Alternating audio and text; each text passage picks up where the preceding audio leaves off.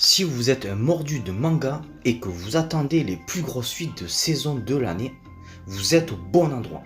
Installez-vous confortablement. N'oubliez pas de vous abonner à la chaîne Baron2503 pour me donner de la force. Allez, c'est parti pour notre sélection. Wistoria Wand and Sword, saison 2. On suit Will Selford dans un monde où la magie fait loi. Mais lui n'a absolument aucun pouvoir magique. Pour tenir sa promesse d'enfance et monter au sommet de la tour des mages vendeurs, il doit compenser par une force physique surhumaine et un maniement de l'épée hors du commun.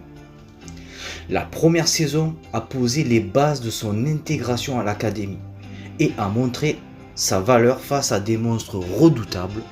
Cette nouvelle saison va l'amener à affronter des complots plus sombres au sein même de l'académie et à grimper les échelons de la tour sacrée. C'est le digne héritier de Danmachi et Mashle, mais avec une animation qui met une immense claque visuelle. Ce qui est fort, c'est le contraste entre la faiblesse magique du héros et la violence brute de ses combats à l'épée. C'est l'animé d'action par excellence qui met tout le monde d'accord. Classroom of the Elite saison 4. Bienvenue dans l'arc très attendu de la deuxième année.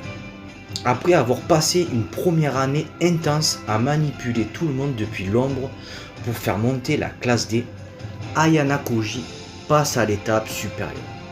L'enjeu de cette saison est colossal. De nouveaux étudiants de première année ultra dangereux font leur entrée dans l'école et certains ont reçu l'ordre direct de faire exclure Ayana Koji.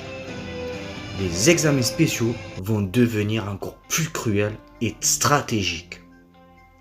Cet animé est un chef-d'œuvre de guerre psychologique. Ayana Koji est un personnage fascinant parce qu'il n'a aucune empathie et traite les autres comme des pions. Cette saison 4 s'annonce encore plus sombre car il va enfin trouver des adversaires à sa hauteur qui connaissent son passé dans la Ways Room. Rent a Girlfriend saison 4. Après une saison 3 très émouvante centrée sur la production du film indépendant et le deuil de la grand-mère de Chizuru, la situation stagne à nouveau entre Kazuya et elle. Dans cette saison 4, l'enjeu se focalise sur la fameuse colocation forcée et le rapprochement inévitable entre les deux personnages. Les autres prétendantes, Ruka et Mami, ne vont pas lâcher l'affaire et vont venir mettre les bâtons dans les roues de cette relation naissante. Kazuya peut être exaspérant par moments, mais c'est ce qui fait le sel de l'anime. Le deuil de la saison précédente a fait mûrir Chizuru, et cette saison 4 doit enfin concrétiser les efforts de Kazuya. C'est la comédie romantique par excellence. Ace of Diamond saison 4. On retrouve l'équipe de Seidu en plein cœur du tournoi d'été de Tokyo, qualificatif pour le mythique Koshien. Sawamura Yejun a enfin réalisé son rêve. Il porte le dossard numéro 1, le titre d'as de l'équipe. L'enjeu de cette nouvelle saison est immense. Défendre ce statut face à son éternel rival Furuya, tout en menant l'équipe vers la victoire contre les plus grands adversaires historiques, comme l'équipe d'Inashiro. Les matchs vont être d'une intensité folle. À l'heure d'aujourd'hui, c'est le meilleur manga de sport de l'histoire, baseball. La progression de Sawamura a pris des centaines d'épisodes et le voir enfin en tant qu'as donne des frissons à n'importe quelle femme. C'est réaliste, c'est prenant et la tension de chaque lancer de balle est incroyable. Chouchouté par l'ange d'à côté, saison 2. Après s'être tourné autour pendant toute la première saison, Amane et Mayuru, donc l'ange, ont enfin officialisé leur relation devant toute l'école lors de la fête du sport. Cette saison 2 va explorer leur quotidien en tant que véritable couple.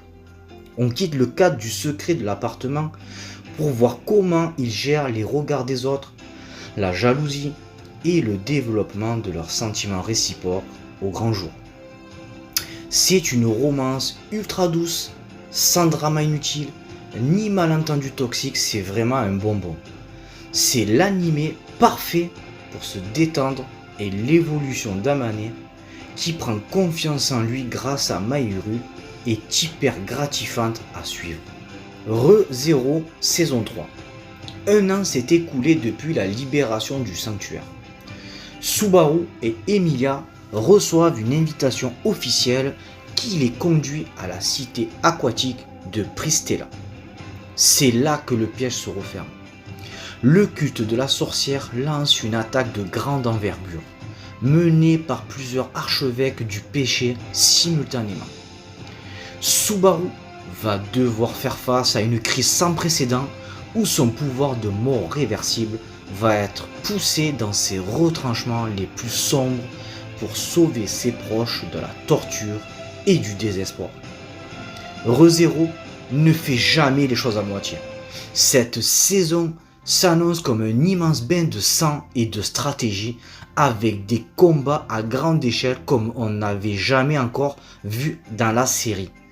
C'est sombre, c'est psychologique et c'est un chef-d'œuvre absolument de l'isekai. Voilà pour la sélection des 6 suites de saisons qui vont littéralement retourner la communauté manga cette année.